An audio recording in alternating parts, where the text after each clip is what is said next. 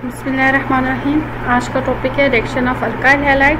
Reaction आपने पहले भी पढ़े हैं, सब्स्टिट्यूशन, न्यूक्लियोफिलिक सब्स्टिट्यूशन रिएक्शन है, ये भी उनसे मिलते जुलते हैं, लेकिन एलिमिनेशन रिएक्शन है। एलिमिनेशन इन हैलो अल्केन्स को हम पढ़ते हैं। एलिमिनेशन रिएक्शन क्या होता है, जिसमें से एटम्स को एलिमिनेट किया जाता है, ठीक है। सब्स्टिट्यूशन रिएक्शन क्या था, जिसमें सब्स्टिट्यूट रिप्लेस किया जाता था। In the reaction with a strong base, halogen alcohol will undergo not only nucleophilic substitution but also elimination reaction forming alkenes and water, ठीक है। जिस वक्त स्ट्रॉन्ग बेस यूज़ किया जाती है तो सब्स्टिट्यूशन रिएक्शन भी न सिर्फ सब्स्टिट्यूशन रिएक्शन होता है बल्कि एलिमिनेशन रिएक्शन भी हो सकता है, ठीक है। अब सब एलिमिनेशन रिएक्शन किस वक्त होगा, जिस वक्त OH एक्ट करेगी एज अ बेस।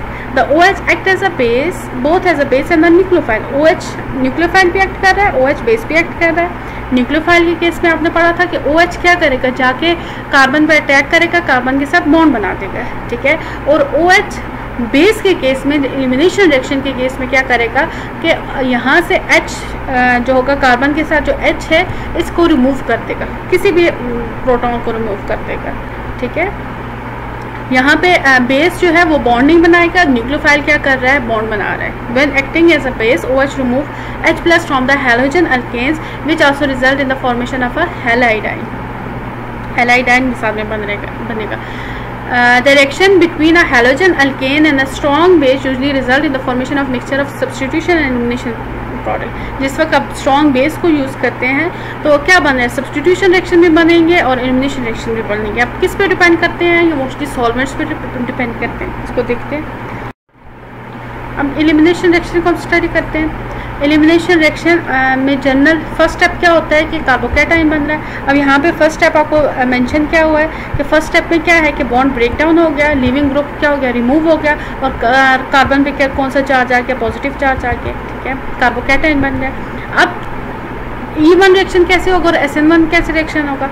E1 को एलिमिनेशन रिएक्शन को हम देखते हैं तो न्यूक्लियोफाइल जो यहाँ पे आके अटैक करेगा वो प्रोटॉन को रिमूव कर देगा। प्रोटॉन को जिस वक्त रिमूव करेगा तो यहाँ से बॉन्ड क्या हो गया, ब्रेक डाउन हो गया। अब ये बॉन्ड ब्रेक डाउन होगा तो एक बॉन्ड ने बनना है जो किस किस कार्बन के दरमियान है, इस कार्बन के और इस कार्बन के दरमियान जो डेफिशिएंसी थी इसके दरमियान बन गया। क्योंकि ये बॉन्ड जिस वक्त ब्रेक डाउन हुआ है तो इस कार्बन से H2 कार्बन के साथ पे भी क्या आ जाएगी, डेफिशिएंसी आ जाएगी। अब ये दोनों अपनी डेफिशिएंसी को फुलफिल करने के लिए क्या कर देंगे, बॉन्ड बना देंगे। यहाँ पे कार्बन कार्बन के दरमियान क्या आ गया, डबल बॉन्ड बन गया और प्रोटॉन क्या हो गया, रिमूव हो गया, एलिमिनेट हो गया।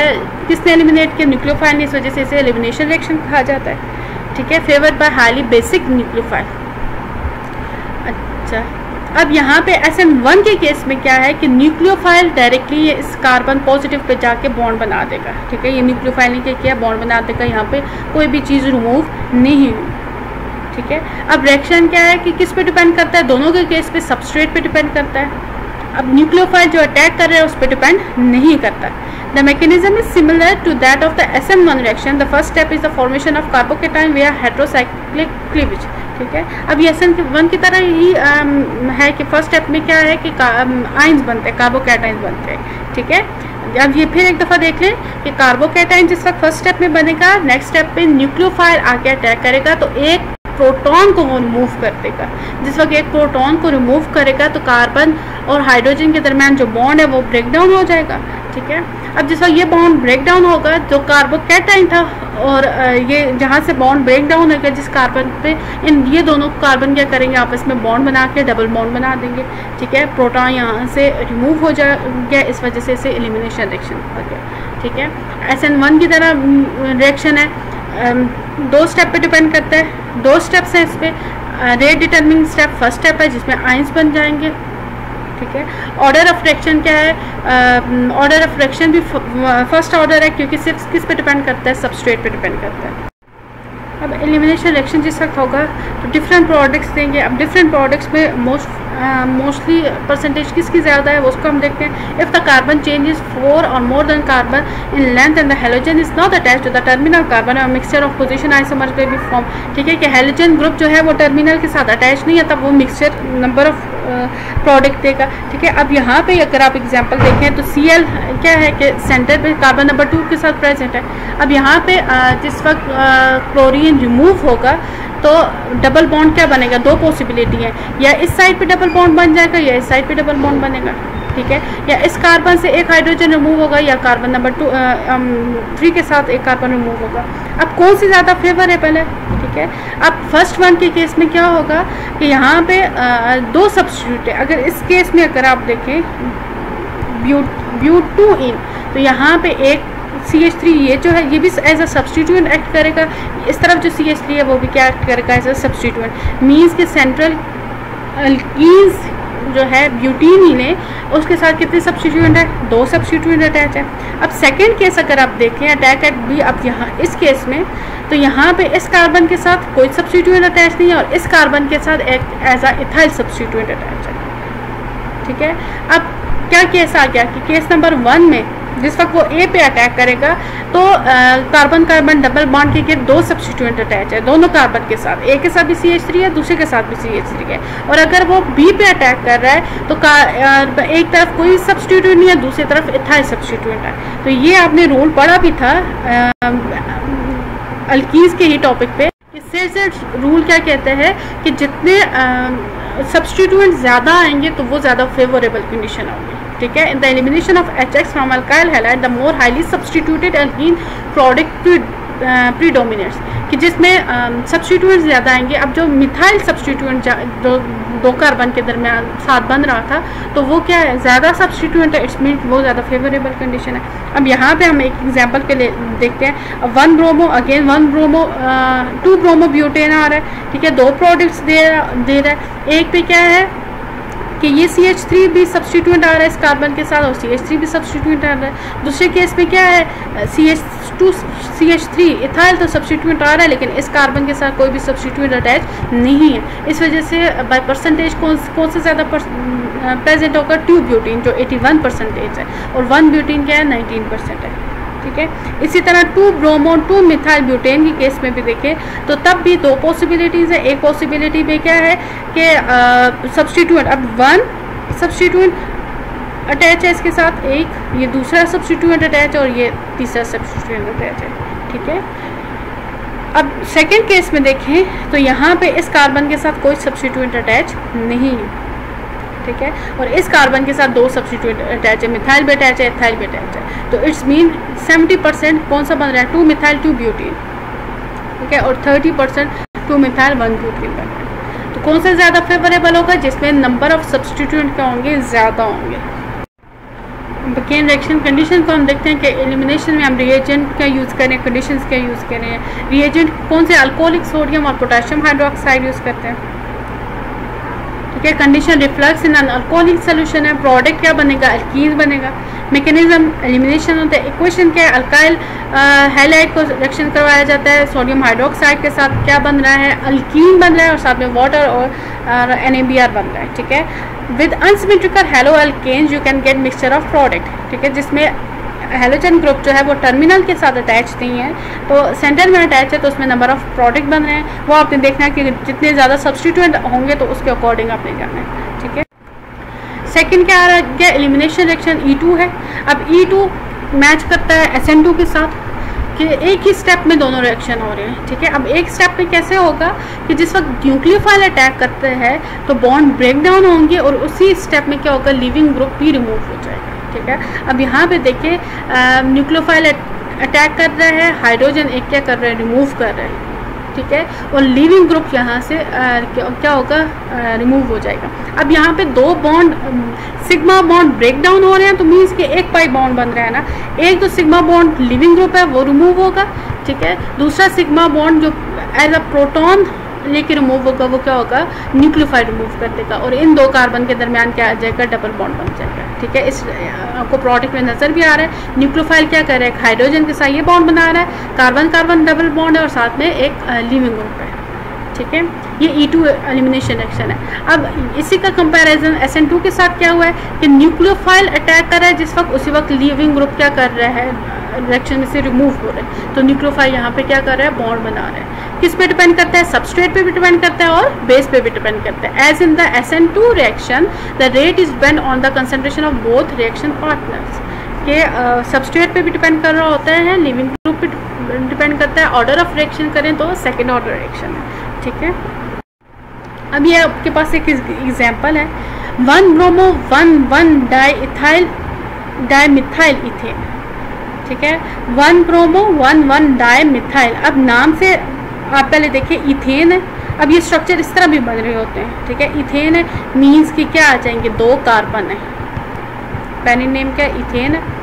डाई मिथाइल 1 पोजीशन पे भी क्या है, मिथाइल है, और फिर 1 पोजीशन पे क्या है, मिथाइल है। इट्स मीन कि एक के साथ भी CH3 को अटैच कर दें और दूसरे का साथ भी क्या कर देंगे, CH3 को अटैच कर देंगे, ठीक है। 1 डाईमिथाइल भी होगा, और फिर क्या 1 ब्रोमो कि कार्बन नंबर 1 के साथ ही क्या अटैच है, ब्रोमो ग्रुप भी अटैच है, ठीक है। अब देखिए कार्बन के सारे बॉन्ड कंप्लीट होंगे, ये CH3 कंप्लीट है, ये कार्बन इसकी भी वैलेंसी कंप्लीट है। अब इस कार्बन के वैलेंसी कंप्लीट नहीं है तो CH3 इसको करते, 3 हाइड्रोजन इसके साथ अटैच होंगे। अब इस स्ट्रक्चर को देखिए, एक स्ट्रक्चर है, ठीक है। कॉर्नर्स मैंने आपको पहले भी कहा था कि कॉर्नर्स जहाँ पे बने हुए इट्स मीन कार्बन है। अब ये टर्मिनल पे भी क्या है, कार्बन अटैच है। अब OH जिस वक्त अटैक करेगा तो OH क्या करेगा कि एक हाइड्रोजन लेगा, किसी भी CH3 से क्या कर लेगा, एक हाइड्रोजन लेगा, और एक हाइड्रोजन जिस वक्त लेगा तो ये क्या बन जाएगा, CH2। तो पहला स्टेप क्या था, Br, यहाँ से बॉन्ड ब्रेक डाउन होगा, यहाँ से बॉन्ड ब्रेक डाउन हो गया तो कार्बन कार्बन के दरमियान क्या आ गया, डबल बॉन्ड हो गया। ये बॉन्ड यहाँ पे अगर इस केस में अगर आप कहें कि यहाँ पे शिफ्ट हो गया, ठीक है, और यहाँ से भी एक हाइड्रोजन क्या हो गया, रिमूव हो गया, तो ये क्या बन गया, CH2 बन जाएगा, CH2, और बाकी CH3 वहीं पे होंगे।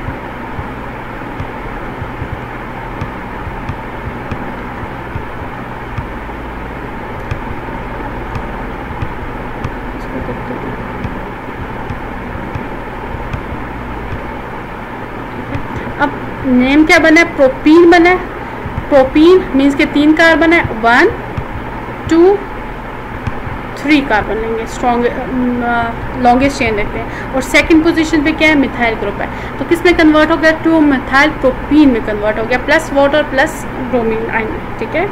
पहला स्टेप क्या है कि ब्रोमीन आयन यहाँ पे क्या होंगे, रिमूव होंगे, Br नेगेटिव हो गए, रिमूव हो जाएगा, कार्बन पे क्या आ जाएगा, कार्बोकैटायन आ जाएगा, ठीक है। अब OH क्या करेगी, एक हाइड्रोजन को यहाँ से रिमूव करेगा, तो यहाँ ये भी क्या बन जाएंगे, CH2। अब दोनों के पास डेफिशिएंसी है तो दोनों क्या कर देंगे, बॉन्ड बना देंगे, जो क्या है कार्बन कार्बन डबल बॉन्ड बन जाएगा, ठीक है। अब रेट ला क्या है, रेट किस पे डिपेंड करता है, 1 ब्रोमो 1 डाई मिथाइल इथेन पे भी डिपेंड करता है, और साथ में बेस पे भी डिपेंड करता है कि कौन से यूज हुआ है। This reaction is example of E2 reaction.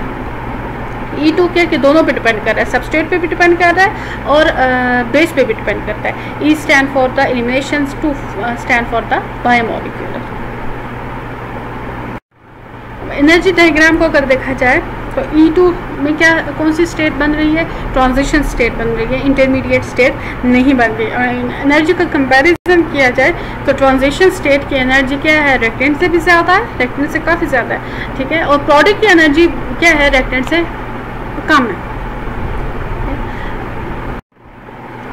Organic compound with an electronegative atom or an electron withdrawing group bonding to sp3 carbon undergo substitution or the elimination reaction। ठीक है कि कार्बन जिस वक्त किसी भी इलेक्ट्रोनेगेटिव के साथ अटैच है उसे इलेक्ट्रॉन विड्रॉइंग भी कहते हैं, क्योंकि वो इलेक्ट्रॉन डेंसिटी को क्या करता है, अपनी तरफ अट्रैक्ट करने की कोशिश करता है, तो इस वजह से इसे इलेक्ट्रॉन विड्रॉइंग ग्रुप कहते हैं। अब कार्बन जिस वक्त इलेक्ट्रॉन नेगेटिव के साथ या फिर इलेक्ट्रॉन विड्रॉइंग ग्रुप के साथ अटैच है तो 2 तरह के वो रिएक्शन करेगा, एलिमिनेशन रिएक्शन भी कर सकते हैं, सब्स्टिट्यूशन रिएक्शन भी कर सकते हैं। अब एलिमिनेशन रिएक्शन क्या करेगा कि जिस वक्त एक्स को एलिमिनेट कर देगा कोई भी वाई मीन्स के न्यूक्लियोफाइल है, ठीक है, वो क्या बना देगा, सब्स्टिट्यूशन प्रोडक्ट बना देगा और एक्स क्या होगा, लिविंग ग्रुप होगा, ठीक है। एलिमिनेशन के केस में क्या होगा, अगेन एक्स क्या है, लिविंग ग्रुप है, लेकिन वाई भी क्या कर रहा है कि एक हाइड्रोजन को, एक प्रोटॉन को क्या रिमूव कर रहे हैं, ठीक है। Halides ion are the good leaving group. Substitution reaction on these compounds are easy and are used to get a wide variety of the compound। के substitution reaction as compared to elimination reaction वो क्या होगा, easy होगा, ठीक है। अब ये halogen group को मेंशन क्या हुआ है, अगर फ्लोरीन है तो alkyl fluoride, alkyl chloride, alkyl bromide and alkyl iodide है। अब कंपैरिजन है एलिमिनेशन रिएक्शन और सब्स्टिट्यूशन रिएक्शन का। The product of reaction between haloalkanes and OH are influenced by the solvent. अगर तो सॉल्वेंट वाटर यूज़ किया हुआ है तो रोल ऑफ OH, वाटर को OH क्या एक्ट करेगा, एज अ न्यूक्लियोफाइल एक्ट करेगा, और मैकेनिज्म क्या होगा, सब्स्टिट्यूशन होगा। प्रोडक्ट भी दोनों केसेस में डिफरेंट बन रहे हैं, तो न्यूक्लियोफिलिक सब्स्टिट्यूशन रिएक्शन में प्रोडक्ट क्या बन रहा है, अल्कोहल बन रहा है, ठीक है। और अगर सॉल्वेंट अल्कोहल यूज़ हो रहा है तो अल्कोहल का OH एक्ट करता है, एज अ बेस एक्ट करता है, और मैकेनिज्म क्या होगा, एलिमिनेशन रिएक्शन करेगा, और प्रोडक्ट डिफरेंट है तो अल्कीन्स बना देगा, ठीक है। मोड ऑफ अटैक के एक्वस सोल्यूशन में क्या होगा, OH attack the slight positive carbon bonding to the halogen. Base क्या करेगा, कार्बन पॉजिटिव है उस पर अटैक करेगा, ठीक है। OH act as a nucleophile, और SN के केस में OH क्या एक्ट कर रहा है, एज अ न्यूक्लियोफाइल, वो जाके क्या करेगा, बॉन्ड बना देगा। बेस के केस में क्या करेगा, वो प्रोटॉन को रिमूव करेगा। अल्कोहलिक सोल्यूशन अगर लें, OH attack one of the hydrogen atom on carbon atom adjacent the carbon bonding to the halogen, ठीक है। अब न्यूक्लियोफाइल के केस में कार्बन जिसके साथ हैलोजन अटैच है उसके साथ वाला जो कार्बन होगा उस पर बॉन्ड बना देगा, ठीक है, न्यूक्लियोफाइल उस पर अटैक करेगा। और बेस के केस में होगा OH act as a base, तो वो प्रोटॉन एक्सेप्ट कर लेगा। Both reaction take place at same time but by varying the solvent you can influence with the mechanism dominates, ठीक है। कि रिएक्शन किस पे डिपेंड कर रहा है, सॉल्वेंट पे डिपेंड कर रहा है कि सॉल्वेंट कौन सा यूज हो रहा है। तो सॉल्वेंट का जो OH ग्रुप होगा वो क्या एक्ट करेगा, एज अ न्यूक्लियोफाइल एक्ट कर रहा है या एज अ बेस एक्ट करेगा। न्यूक्लियोफाइल एक्ट करेगा तो मैकेनिज्म डिफरेंट है, प्रोडक्ट डिफरेंट है। बेस एक्ट करेगा तो अगेन मैकेनिज्म डिफरेंट है तो प्रोडक्ट डिफरेंट है। अब आपने इन दोनों को पढ़ना है, एलिमिनेशन रिएक्शन को भी पढ़ना है और सब्स्टिट्यूशन रिएक्शन का भी पढ़ना है, और इनका कंपैरिजन भी आपने इसको स्टडी करना है। मोस्टली क्वेश्चन जो आता है वो SN1 SN2 का कंपैरिजन पूछे जाते हैं, या फिर एलिमिनेशन और सब्स्टिट्यूशन का कंपैरिजन भी पूछा जाता है, ठीक है। काफ़ी आज के लिए इतना, थैंक यू।